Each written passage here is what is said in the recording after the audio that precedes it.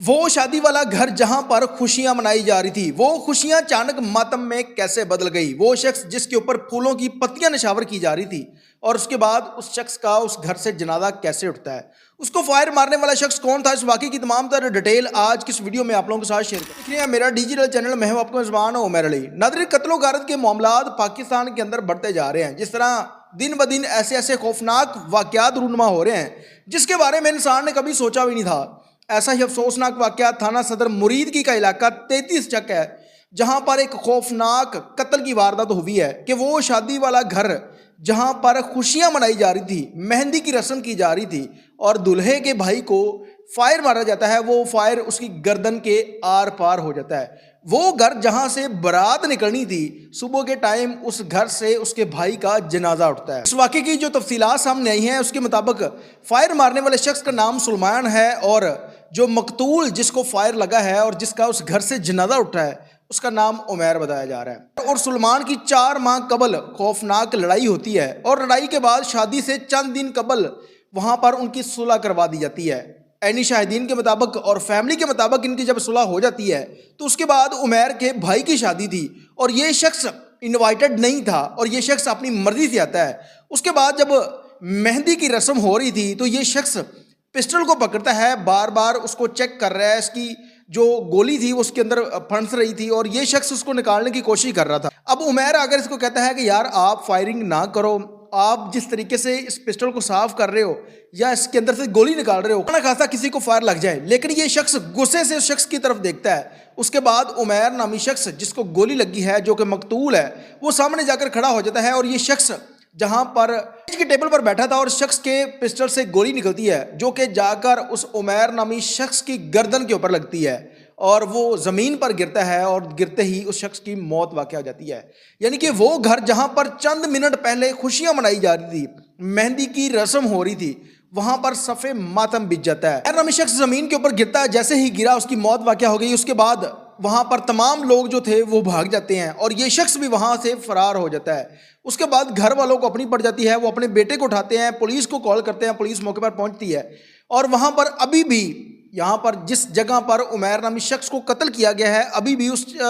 جگہ کو پولیس نے کور کیا ہوا ہے جس کے نیچے اس کا بلڈ ہے۔ اس کے بعد جب پولیس موقع پر پہنچتی ہے، تمام تر وقوع کا جائزہ لینے کے بعد اس کی ڈیڈ باڈی کا پوسٹ مارٹم کروایا جاتا ہے اور اس کے بعد گھر والوں سے پوچھا جاتا ہے کہ اس کو کس نے قتل کیا اور قتل کی یہ خوفناک واردات کس طرح سے رونما ہوئی، جس پر گھر والوں نے اپنا موقف دیا کہ اس کا دوست جس کا نام سلمان عرف مانی بتایا جا رہا ہے، اس شخص نے ہمارے بیٹے کو قتل کر دیا ہے اور قتل کی یہ خوفناک واردات اس نے پسٹل کے ساتھ کی، اس کو گردن کے اوپر فائر مارا، جس کے بعد پولیس نے ایک نامزد FIR درج کی اور نامزد FIR درج کرنے کے بعد اس شخص کو گرفتار کرنے کے لیے ان کے گھر کے اوپر چھاپا مارا، لیکن وہ شخص بدقسمتی سے بھاگنے میں کامیاب ہو جاتا ہے۔ لیکن ابھی تک پولیس اس شخص کو گرفتار نہیں کر سکی۔ پاکستان کے اندر اس طرح کے واقعات، شادیوں پر ہوائی فائرنگ کے نتیجے میں کئی ایسے لوگ جنہوں نے اپنی جان کی بازی ہاری اور اس پر پنجاب پولیس نے بڑی سختی سے پابندی عائد کی تھی کہ کوئی شخص ہوائی فائرنگ اس کے بعد اسلحے کی نمائش نہیں کرے گا، جس کے بعد اگر کوئی شخص پکڑا جاتا ہے اسلحے کی نمائش کرتا ہو یا ہوائی فائرنگ کرتا ہے تو اس کے بعد اگر اس کو پولیس گرفتار کرتی ہے، تھانے بند کر دیتی ہے تو کچھ ہی منٹوں میں اس شخص کی ضمانت ہو جاتی ہے۔ یعنی کہ یہ وہ قانون ہے جہاں پر اگر کوئی شخص ظلم کرتا ہے، قانون کو توڑتا ہے، تو اس کے بعد عدالتیں اس کو منٹوں میں جو ہے وہ ضمانت دے دیتی ہیں۔ میرے خیال میں اگر اس شخص کو قانون کے مطابق اگر کوئی ہوائی فائرنگ کرتا ہے یا اسلحے کی نمائش کرتا ہے، اس کے مطابق قانون کے مطابق اس کو سزا دی جائے 6 ماہ، سال، 2 سال، وہ شخص جیل کاٹ کے آئے، تو میرے خیال میں جب وہ شخص واپس آئے گا تو اس کو دیکھتے ہوئے ہزار ایسے لوگ ہوں گے جو کہ اس طرح کی بےہودہ حرکت کرنے سے بعد آ جائیں گے، شادیوں پر ہوائی فائرنگ نہیں کریں گے یا وہ اسلحہ اٹھا کر کسی جگہ پر اس کو موو نہیں کریں گے۔ لیکن بدقسمتی سے ہم پاکستان کے اندر رہتے ہیں اور پاکستان کے اندر قانون نہ ہونے کی وجہ سے کوئی بھی شخص اگر وہ ہوائی فائرنگ کرتا ہے، چاہے اس کے بدلے میں کسی کی جان چلی، قانون پھر بھی تب تک اس کے اوپر ایکشن نہیں لیتا جب تک وہ واقعہ ہو نہیں جاتا۔ یعنی کہ اس شخص کو فائر لگا اور وہ شخص موقع پر جہاں بھاگ ہو جاتا ہے، لیکن اگر پولیس کوئی ایسا قانون بنائے یا اس شخص کو ایسی سزا دے